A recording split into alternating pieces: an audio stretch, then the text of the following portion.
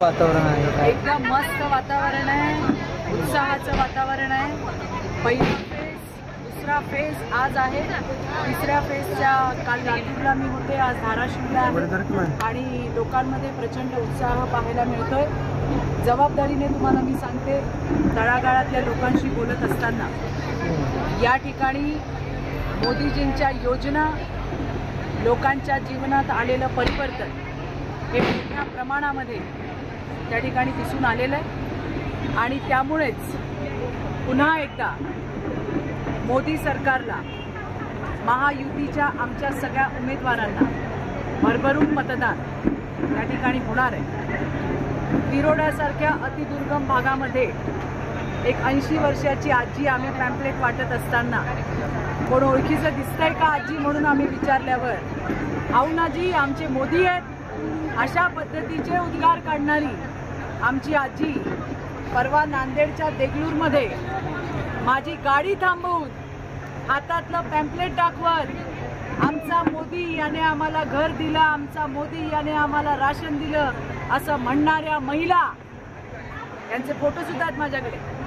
आणि त्याच्यामुळे एक जो उत्साह आहे की या गेल्या 10 वर्षामध्ये आमच्या आयुष्यामध्ये जे परिवर्तन आलंय आणि ज्याच्यामुळे हे परिवर्तन आलंय त्याच्या सोबत आम्ही उभे आहोत, अशा पद्धतीचा एक स्ट्रॉंग मेसेज महाराष्ट्रामध्ये सुद्धा दिसतोय, जसं आपल्याला देशभरात दिसतोय। काही शरद पवार परवा येऊन गेले, त्यांनी म्हटले की मोदीजींच्या महाराष्ट्रातच 21 सभा झाल्यात, त्यांना कुठेतरी भीती वाटते असं पण म्हटलं। नाही, तसं आता साहेब काय बोलले मला काही सांगता यायचं नाही, पण मी तुम्हाला एवढं सांगते, मोदीजी 21 वेळा सभेसाठी आले, पण मोदीजी 21च्या किती पटामध्ये, किती पटीमध्ये या महाराष्ट्रामध्ये विविध प्रोजेक्टचं उद्घाटन करायला आले। या महाराष्ट्रासाठी भरभरून केंद्राचा निधी महाराष्ट्रात दिला आणि त्या ठिकाणी 11 नंबरवर असलेला, मागे असलेला महाराष्ट्र आज 1 नंबरवरती आणायचं काम महायुतीच्या सरकारच्या माध्यमातून झालं। आणि मला असं वाटतंय, खरं तर हे बघितल्यानंतर मला दुःख पण होतं की या वयामध्ये साहेबांना वणवण फिरावं लागतंय।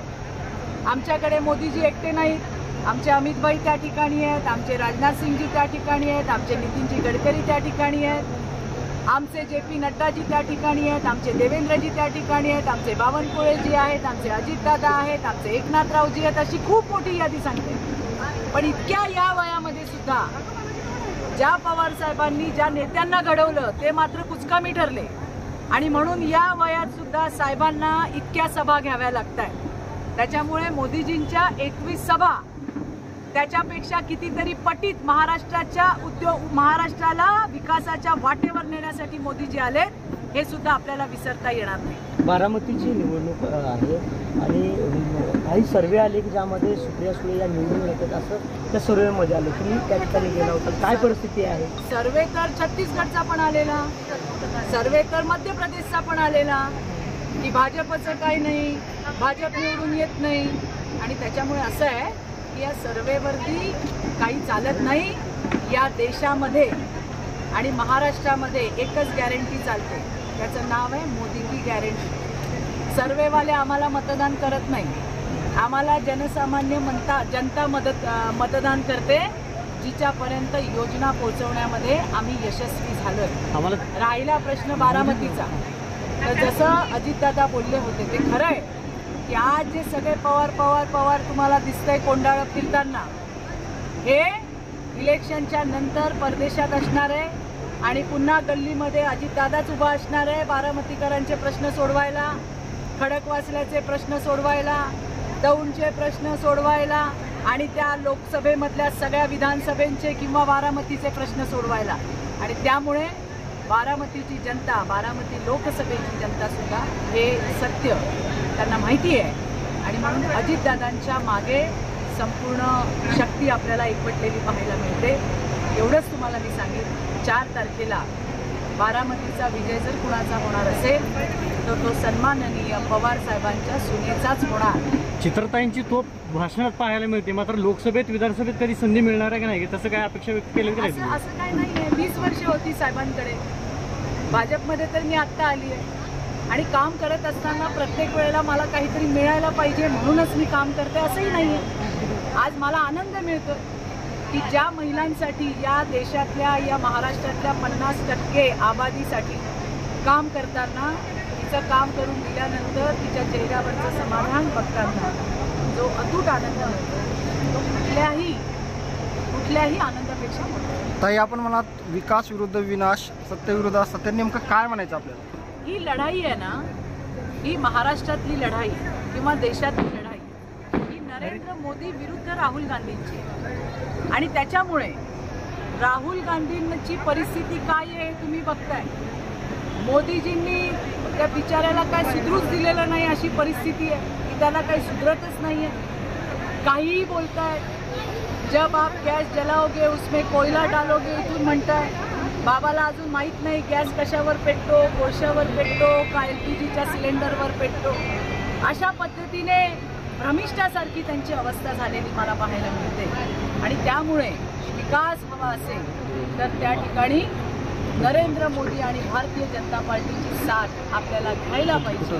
हे महाराष्ट्राच्याही जनतेने त्या ठिकाणी ठरवलं. आपण बघितलं की ज्या पद्धतीने काँग्रेसचा जाहीरनामा आलाय, गोरगरिबांनी आपल्या पुढच्या पिढीला सुखाने जगण्यासाठी कणकण जमवून जी संपत्ती जमा केली ती मेल्यानंतर 50% संपत्ती ही सरकार जमा होणार आहे आणि ती लोकांमध्ये वाटली जाणार आहे. अशा पद्धतीचा निर्णय त्यांनी त्या ठिकाणी घेतला आहे. आणि त्याच्यामुळे या सगळ्या असल्या तुगलकी निर्णयाला महाराष्ट्राची आणि देशाची जनता. शरद पवारनं असा एक आरोप केला आहे की 10 वर्ष जी महागाई वाढली ती मोदीमुळे वाढली, तर मोदींनी जनतेची माफी मागावी. कसं आहे, आता साहेब काही म्हणतायत, साहेब काही बोलतायत. साहेब काय, साहेब आहेत. वेगळ्या वेगळ्या ठिकाणी होते, राज्यात होते, देशामध्ये होते. त्यामुळे आपला अभ्यास त्यांच्यापेक्षा जास्त आहे, त्यांचा अभ्यास आपल्यापेक्षा जास्त आहे असं म्हणावं लागेल. परंतु आज 11 नंबरवर सोडून गेलेली काँग्रेस या देशाला 5व्या नंबरवर आणायचं काम जर कोणी केलं त्याचं नाव नरेंद्र मोदी आहे. या देशातल्या 25 कोटी जनतेला BPLच्या बाहेर काढायचं काम जर कोणी केलं असेल त्याचं नाव नरेंद्र मोदी आहे. या देशातल्या मातृशक्तीला सशक्त आणि सक्षम बनवण्याचं जर काम कोणी केलं असेल तर त्याचं नाव नरेंद्र मोदी आहे. आणि विकासाचं नावच नरेंद्र मोदी आहे. अजितदादा असतील किंवा एकनाथराव शिंदे असतील, हे कशासाठी आले भाजपमध्ये? डेव्हलपमेंट हवी होती, विकास हवा होता. आणि त्यामुळे एकनाथराव शिंदे असतील, अजितदादा असतील यांनी विकासाची वाट नाही, विकासाचा एक्सप्रेस हायवे पकडला, ज्याचे शिल्पकार नरेंद्र मोदी. पवार कुटुंबात एकमेकावर आरोप प्रत्यारोप केले जातात. आता सुप्रियाताई म्हणतात की बहिणीचं प्रेम कमी पडलं असं. नेमकं नात्यांमध्ये असं मोठ्या ताई आता काय बोलतायत मी जाणार आहे त्यांच्याकडे. ते गेल्यावरती काय आहे आणि काय नाही हे तुम्हाला मी सांगू शकेन. कुठल्या संदर्भात त्या बोलल्यात मला माहीत नाही. परंतु अजितदादाने, मी साक्षीदार आहे, मला आजही आठवतं आहे की आम्ही गडचिरोलीच्या दौऱ्यामध्ये होतो आणि मी मोठ्या ताईंच्या सोबत होते. त्यावेळेला प्रत्येक 15 मिनिटाने फोन करणारा हाच अजितदादा होता. पोचलात का, व्यवस्थित आहात का, असं एका आपल्या वडिलांप्रमाणे, आपल्या मोठ्या भावाप्रमाणे चौकशी करणारा हाच अजितदादा होता. आणि ते ऐकायला साक्षीदार मी, चित्रा वाघ, त्या गाडीमध्ये बसलेली होती. हे मी तुम्हाला सांगते. दादाने नेहमीच आपल्या लहान बहिणीसारखंच ट्रीट केलेलं आहे. हे बघायला मी 20 वर्ष राष्ट्रवादीमध्ये होते. आणि आता सुद्धा तुम्ही पाहता की ज्या पद्धतीने त्या बोलतायत, खरं तर आमच्यासारख्याला वाईट वाटतंय, कारण जी वस्तुस्थिती आहे ती आम्हाला माहिती आहे. थँक्यू.